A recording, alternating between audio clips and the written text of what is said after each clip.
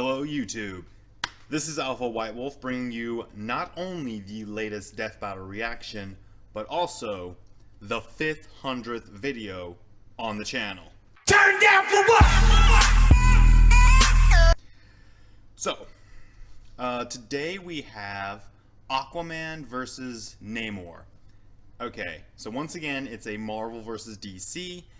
And as many people who have seen my reactions will know, I'm more of a Marvel guy. But in this case, because I am more familiar with Aquaman, I'm leaning towards him right now. And as always, I might change my mind depending upon what kind of information and evidence I get presented with in this examination. Also, there was a request from... I can't even begin to pronounce this name. Bank is the first one. Sorry, but I can't even begin to pronounce that other one. But he requested that I do a strongest enemy list from God of War 1 and 2. As I've kind of talked with him about this, or her, depending on who they are, God of War 1, top 10 most annoying enemies. Any enemy that's going to be on the strongest enemy list is going to be found there for pretty much identical reasons. Anything that warranted them being on a strongest enemy list will pretty much warrant them being on the annoying enemy list. But I'm still working on that. As viewers may have noticed, I've been uploading a lot of Darksiders 2. I'm almost done uploading that. Right now I'm playing Devil May Cry, the entire series. I'm going to start transferring over some of those videos. Excuse me. But I've also already recorded God of War 3 after I managed to sort out the problems I was having with recording. So I'll start uploading those after I'm done uploading Darksiders 2. And finally, I am working on the Luke Cage versus Mr. Incredible match. I'll be uploading that when I am finished with it. It's just taking some time to gather all the materials to use as visuals. But with all that said and done, I think it's time we get to why the viewers came to this video today. So, Bank, I can't even begin to pronounce that name. Hope you're seeing this, and I am still considering your video idea. But in the meantime, let me get these on, get this switched over. There we go. 3, 2, 1, and go. You can discover the secrets hidden within your own DNA with a single kit from 23andMe. With more than 125 genetic reports, 23andMe provides numerous insights into your genetic history and health. Yeah, like how the saturated fat and weight report can detail how your genetics affects your body's response to what you've been eating lately. A 23andMe Health and Ancestry Kit is the perfect gift for Valentine's Day. Pick one up today at 23andme.com/deathbattle. I don't know about that being good for Valentine's Day. And me.com/deathbattle. Again, that's 23andme.com/deathbattle. RoosterTeeth. You know the phrase, there's plenty of fish in the sea? Yeah, real obvious, but it turns out there's a bunch of superheroes down there too. I don't think you understand what that phrase means. Like Aquaman, the king of Atlantis. And Namor, the first mutant and also king of Atlantis. He's Wiz and I'm Boomstick. And it's our job to analyze their weapons, armor, and skills to find out who would win a death battle. I don't get mermaids. I mean, they're kinda hot, but they're fish people, and then when you meet them, all they want to do is try to kill you. I guess Tom Curry got to be one of the lucky ones, if you know what I mean. After a chance meeting, Tom was left to father Arthur, the son of a mysterious woman of the sea. Though she thinks she was knocked up by a fish Jesus wizard, it's not important. Comics are weird. Regardless, Arthur learned to hone his aquatic powers from a very young age.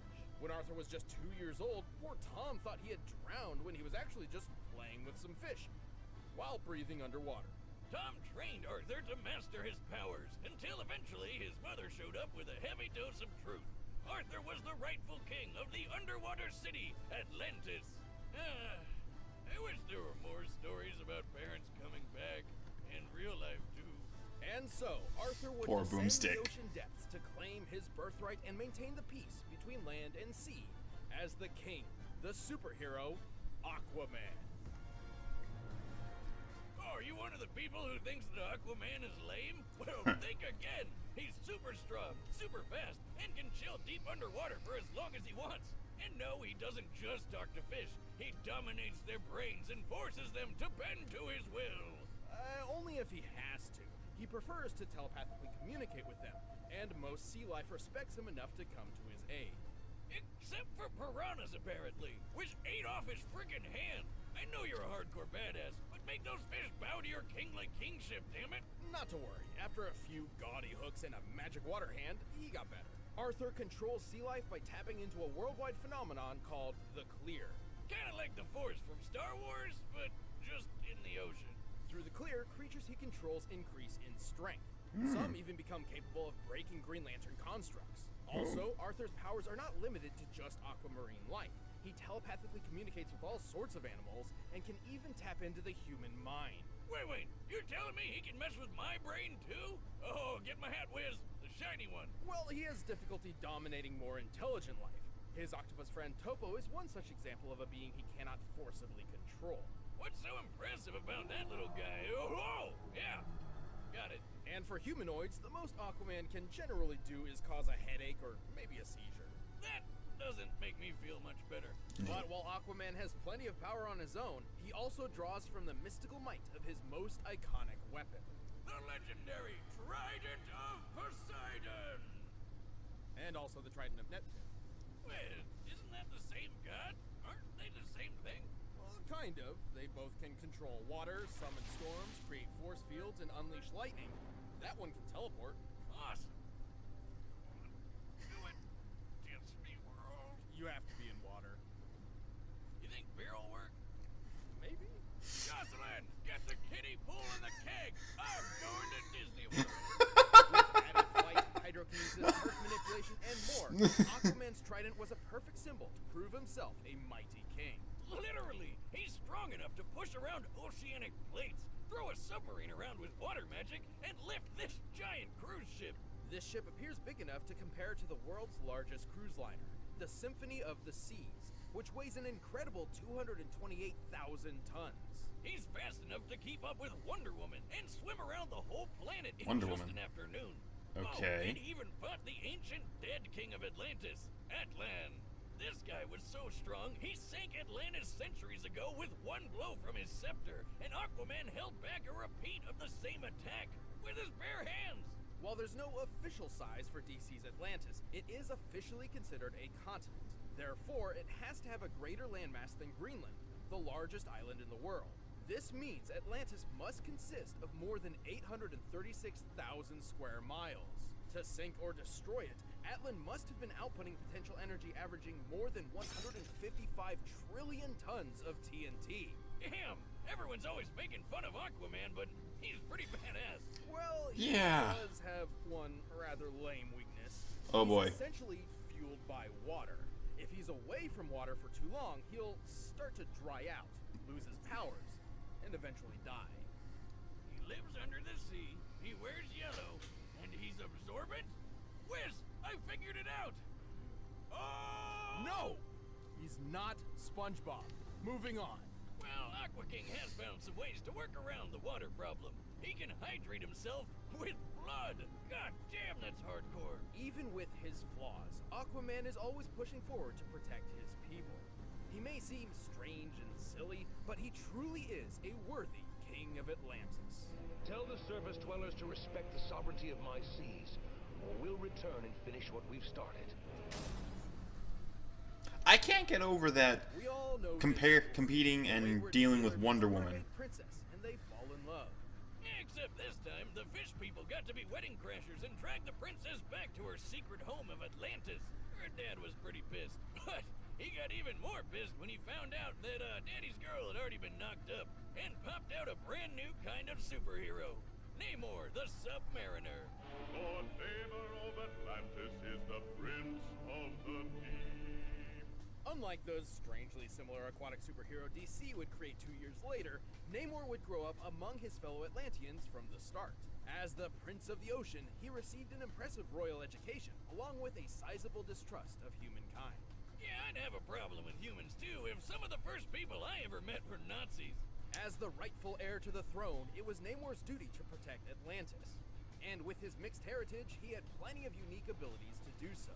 He's got superhuman strength, speed, and durability. Okay. He can store My water in his webcam body and shoot it out of his froze pores for a like moment. Human sprinkler, which is gross.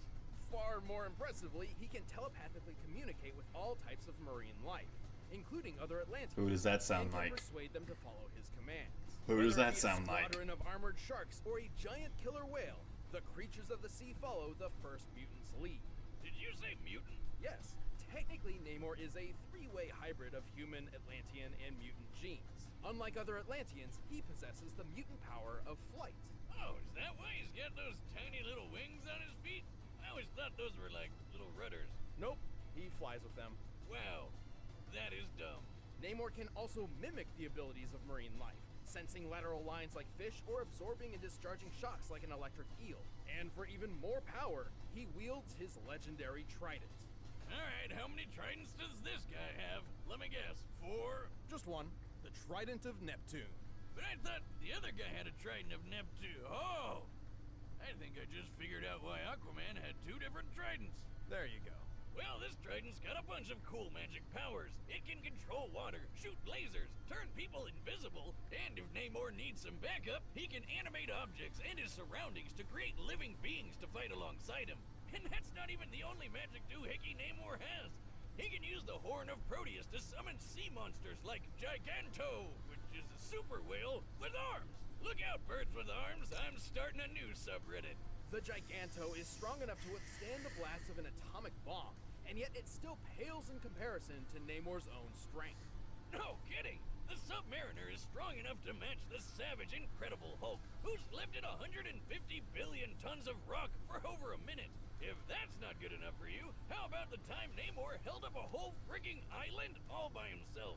He's quick enough to catch the Human Torch, absorbed and discharged electricity powerful enough to injure Dr. Doom, took on Thor trident to hammer, survived a mountain falling on him, and even resisted the mind control powers of the Purple Man. See, Boomstick, in the grand scheme of things, little winged feet aren't so bad when you could have been called Purple Man. Alright, Namor is pretty awesome for an elf in a Speedo. Excuse me? This is not a Speedo, Jimmy, okay? These are my panties from Atlantis. Too bad he gets a bit, unstable if he's out of the water for too long. True, Namor's had a strange history of shifting personalities, sometimes even playing the part of villain. Apparently, his bouts of anger stem from a strange bipolar defect brought on by oxygen imbalance, which, last I checked, isn't quite how bipolar disorder works. No, Wiz, I have the same kind of problem. I get super evil and grumpy when I haven't had a beer in at least 24 hours. 24? 12, 6, 2. Screw you. Boomstick, that's a chemical dependency.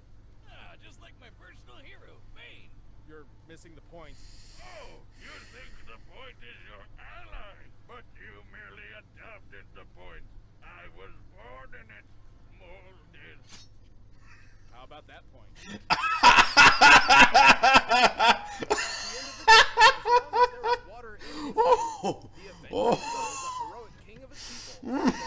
Oh my god. No, but I am Namor, ruler of the kingdom of Atlantis. Okay. Your time in the sun is over. All right, the command Okay. is set, and we've run the data I for love possibility. these new animated sprites they have. Alright, add. Okay, so. Namor is credited as going up against Thor and the Hulk. But Aquaman has tangled with Wonder Woman. And considering how overpowered and how strong Wonder Woman is, that seems a little more impressive. Also, it sounds like Aquaman's a little stronger. I think his feats of strength are much greater than the island feat of that Namor has to his name. I'm gonna have to lean towards Aquaman, mostly out of familiarity though. These two are just so similar in so many ways. So yeah. I'm gonna lean towards Aquaman. This is gonna be an interesting one. But right now, It's time for a death battle!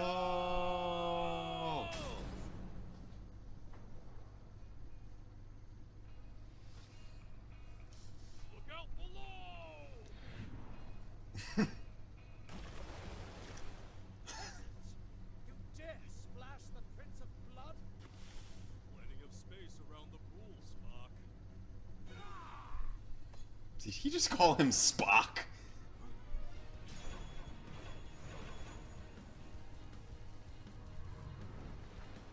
You may be a prince, but I am the king of the seven seas. Gonna be a bit of an ego fight here. Alright, Aquaman. Beat this guy up.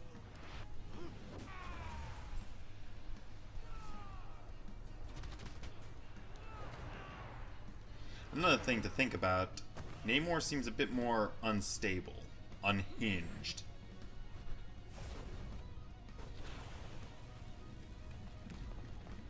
Huh.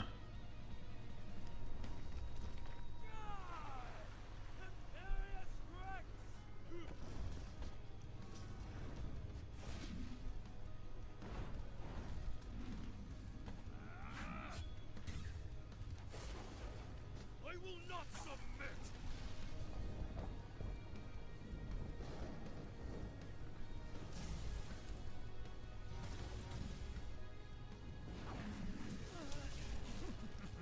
Oh.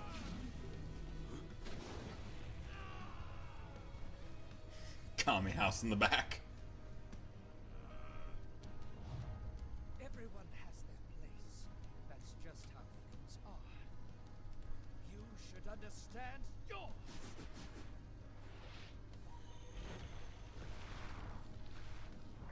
You are such a terrific dumbass.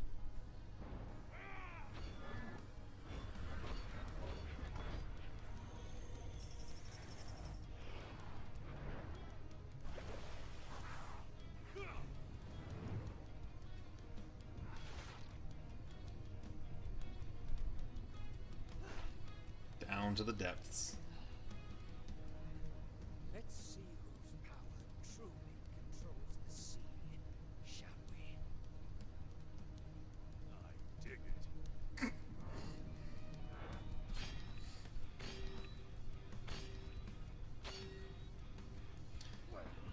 Seems we're evenly matched. Or maybe I've been saving another trick. No! You control me? Impossible! I forgot about that. Oh, here come the anglerfish. Boys,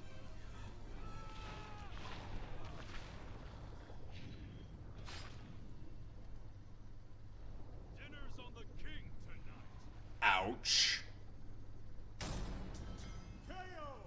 Oh man, am I underwater or am I just sweating so much from how intense that got? Aquaman and Namor's powers were so similar and well matched, this fight could have reasonably gone in either one's favor.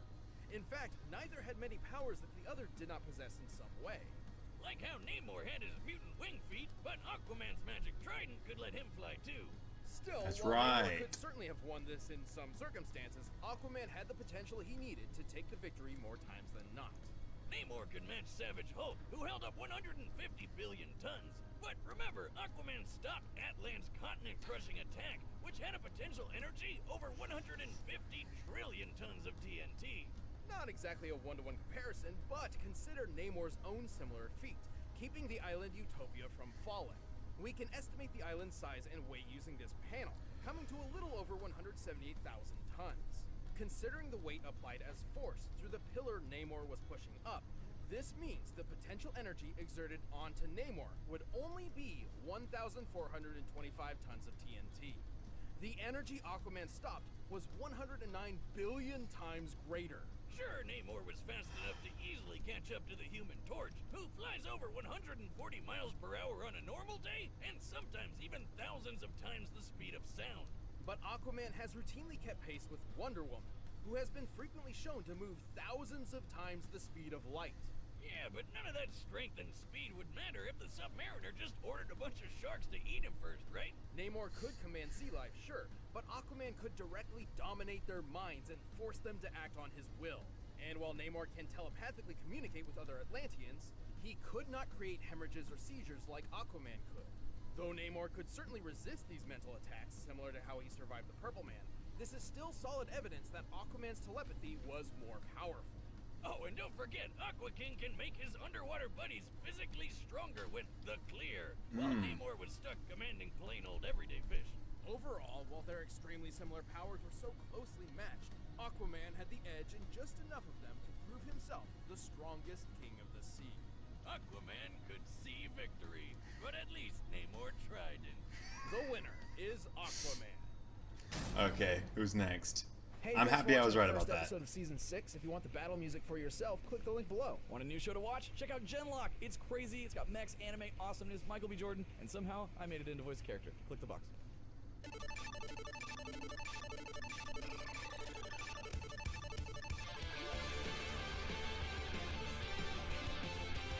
Oh my god, a battle royale, really? Okay, that was awesome. That was really good. Oh my god. You know, Reaper and I were talking about something similar to that with various incarnations of Link from Legend of Zelda. But I'm actually really looking forward to that Mega Man Battle Royale.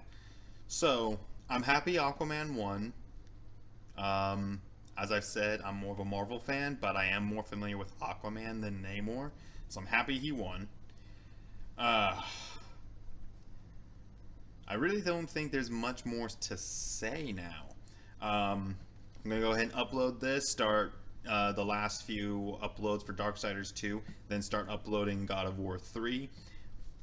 Lots of videos planned after that. The versus match between Luke Cage and Mr. Incredible, weapons and magic examination for other God of War games. I have Chains of Olympus and Ghost of Sparta ready to go. Man, this was a lot of fun. So, yeah. If you liked the video, indicate so down below. If you're new to the channel, click that subscribe to stay up to date with what we got. It helps the channel out, and it's always a bit of fun to be able to brag to Reaper. New subscribers! We are very close to 100. 94 when I checked this morning. 94. That's neat. That's awesome for us. If you have any future video ideas, just leave them down in the comments below. If you have games you want to see played, videos you want to see reacted to, or versus matches you want to see made, go ahead, talk about them in the comments. I'll try and get to them as best I can. But that's all for today. This has been Alpha White Wolf. I'm signing off. You keep howling, Wolfpack.